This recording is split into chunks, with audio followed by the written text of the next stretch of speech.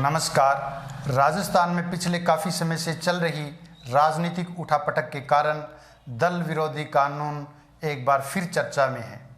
यदि आपने अभी तक ये चैनल सब्सक्राइब नहीं किया है तो इस चैनल को सब्सक्राइब करें, और आप फेसबुक पेज पर इसे देख रहे हैं तो हमारे फेसबुक पेज को लाइक करें और पेज को शेयर ज़रूर करें, ताकि हमारी टीम का आपके साथ बना रहे। सचिन पायलट, जिनकी वजह से अशोक गहलोत सरकार खतरे में पड़ गई, अब यहाँ पर यह प्रश्न भी उठ रहे हैं कि क्या सचिन पायलट को ये सब करना चाहिए था, जिसकी वजह से उस कांग्रेस पार्टी की सरकार खतरे में पड़ गई, जिस कांग्रेस पार्टी ने सचिन पायलट को पहचान दी, बड़े बड़े पद दिए, पावर दी, प्रतिष्ठा दी। सचिन पायलट ने पहली बार कांग्रेस की टिकट पर 2004 में दौसा क्षेत्र से लोकसभा का चुनाव लड़ा और जीत हासिल की। पायलट उस समय सिर्फ 26 साल की उम्र में देश के सबसे युवा लोकसभा सदस्य बने थे। उनको पार्टी ने साल 2009 के लोकसभा चुनाव में फिर से टिकट दी और वो जीते। 2012 में उन्हें केंद्र में राज्य मंत्री बनाया गया। उन्हें राजस्थान कांग्रेस पार्टी का अध्यक्ष बनाया गया। 2018 के विधानसभा चुनाव में सचिन पायलट ने कांग्रेस की टिकट से टोंक क्षेत्र से चुनाव जीता और उन्हें राजस्थान का उप मुख्यमंत्री बनाया गया।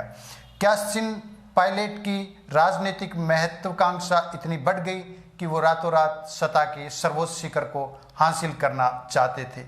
वो सारी की सारी पावर और सत्ता अपने हाथों में लेना चाहते थे कि उन्होंने राजनीतिक नैतिकता को एक तरफ छोड़ दिया और अपनी ही पार्टी की सरकार को खतरे में डाल दिया। क्या सचिन पायलट को ऐसा करना चाहिए था? क्या सचिन पायलट ने गलत किया है?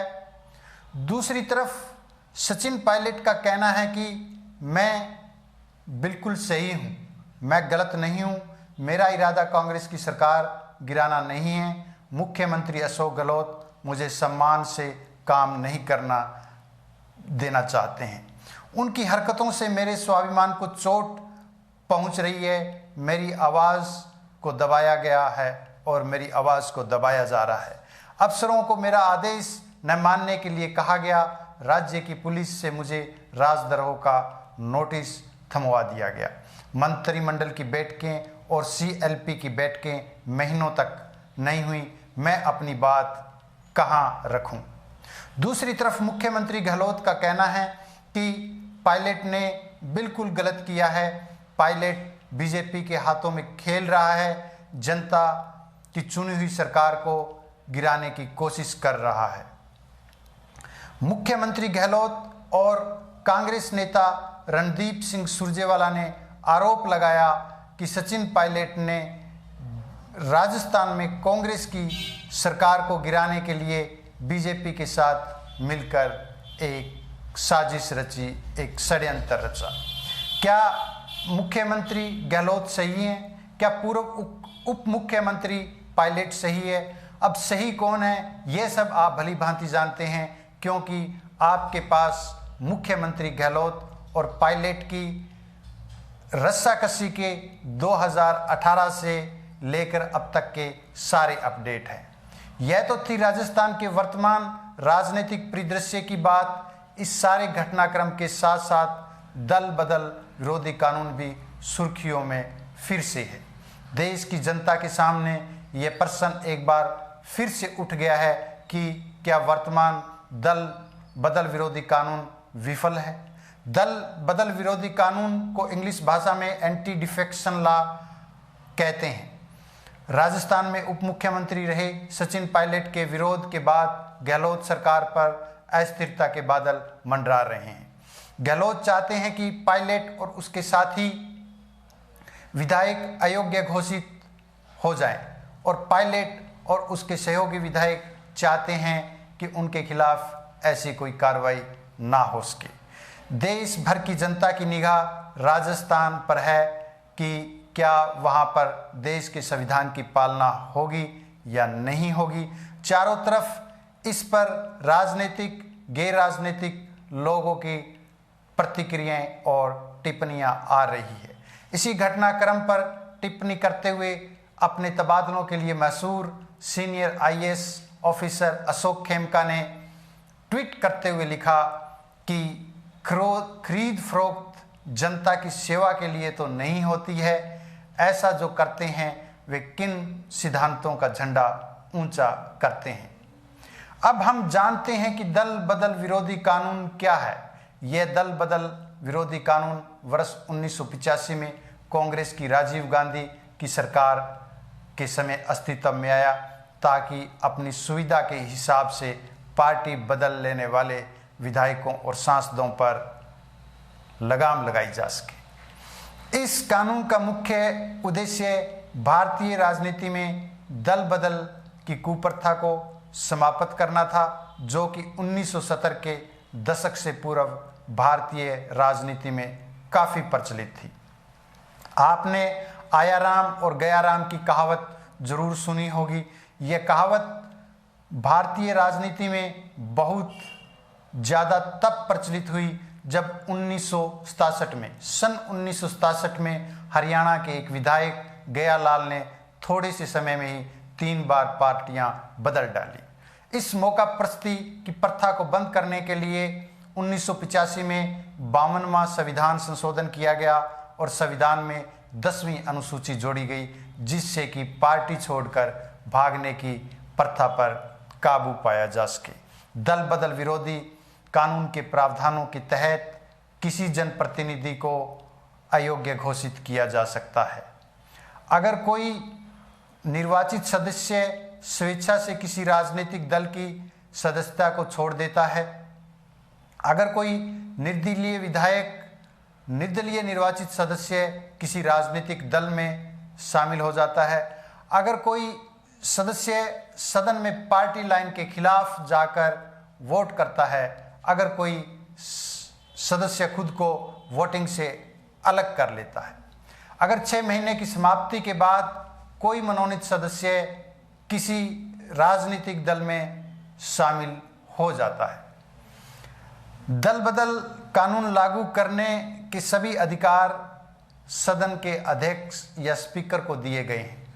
मूल प्रावधानों के तहत अध्यक्ष के किसी निर्णय को न्यायालय की समीक्षा से बाहर रखा गया था और किसी न्यायालय को इसके अंदर हस्तक्षेप करने का अधिकार नहीं दिया गया था।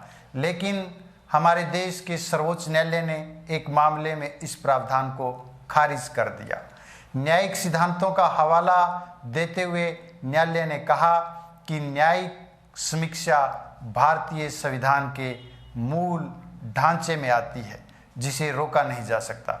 इस तरह अब स्पीकर के निर्णय को कोर्ट्स में चुनौती दी जाने लगी है। दल बदल के मामले न्यायालयों में चले जाते हैं।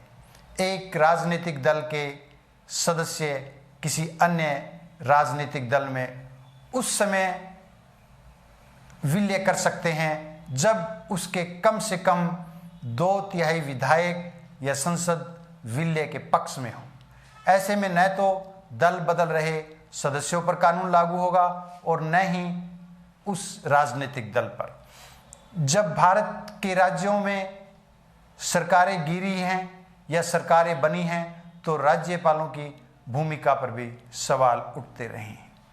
दल बदल विरोधी कानून के मूल्यांकन की बात करें तो दल बदल विरोधी कानून को भारत की राजनीति में एक ऐतिहासिक घटना के रूप में माना गया, क्योंकि इस कानून ने राजनेताओं को अपने व्यक्तिगत लाभ के लिए दल बदल करने से रोका। हालांकि इस कानून में कई कमियां भी हैं और यहाँ तक कि यह कई बार दल बदल को रोकने में विफल भी रहा है। इसलिए इस अधिनियम का पक्ष विपक्ष जानना भी आवश्यक है। इस अधिनियम के पक्ष में तर्क दें तो दल बदल न होने से सरकार को यह स्थिरता प्रदान करता है। पार्टी के समर्थन के साथ और पार्टी के घोषणा पत्र के आधार पर निर्वाचित उम्मीदवारों को पार्टी की नीतियों के प्रति वफादार बनाए रखता है। इसके अलावा पार्टी के अनुशासन को बढ़ाता है। इससे राजनीतिक सतह पर भ्रष्टाचार को कम करने की मदद मिलती है। शासन पर अधिक एकाग्रता संभव हुई।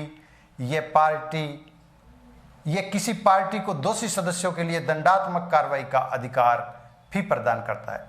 इस तरह दल बदल कानून के विपक्ष में तर्क देने वालों की बात करें तो उनका मानना है कि दल बदल विरोधी कानून गैर लोकतांत्रिक है, क्योंकि यह जनप्रतिनिधियों के स्वतंत्रता के अधिकार का हनन करता है। यह जनप्रतिनिधियों के दलगत से ऊपर उठकर अपने स्वतंत्र विचारों को रखने व कार्य करने से रोकता है।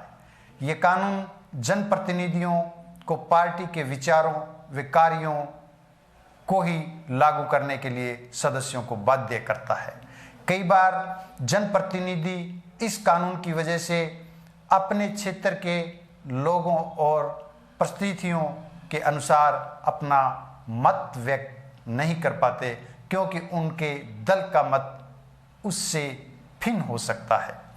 दल बदल विरोधी कानून होते हुए भी सरकारें गिर जाती है। यह बात लोकतंत्र के लिए अच्छी नहीं है। इसलिए इस कानून की समीक्षा की जानी जरूरी है। इस कानून को और अधिक सख्त बनाया जाना जरूरी है, ताकि चंद लोग अपनी राजनीतिक महत्वाकांक्षा के चलते लोकतंत्र का माखौल न उड़ाएं और जनता द्वारा चुनी हुई सरकारें ना गिरें। रातों रात सरकार गिराने और बनाने के ये घटनाक्रम स्पष्ट तौर पर दल बदल विरोधी कानून में बदलाव की मांग करते हैं, क्योंकि इन घटनाक्रमों ने चुनावी दलों के समक्ष दल बदल विरोधी कानून के दुरुपयोग के अनेक उदाहरण प्रस्तुत किए हैं और संभव है कि ऐसी घटनाएं भविष्य में भी देखने को मिलती रहे। इसलिए इस कानून में बदलाव होना चाहिए कि एक बार एक व्यक्ति किसी पार्टी की टिकट से जीत हासिल कर लेता है तो उसे अगले 5 वर्षों तक उसी पार्टी में रहना पड़ेगा। वह अपनी पार्टी को केवल तभी छोड़ सकता है जब वह पहले अपने विधायक या संसद पद से त्याग पत्र दे।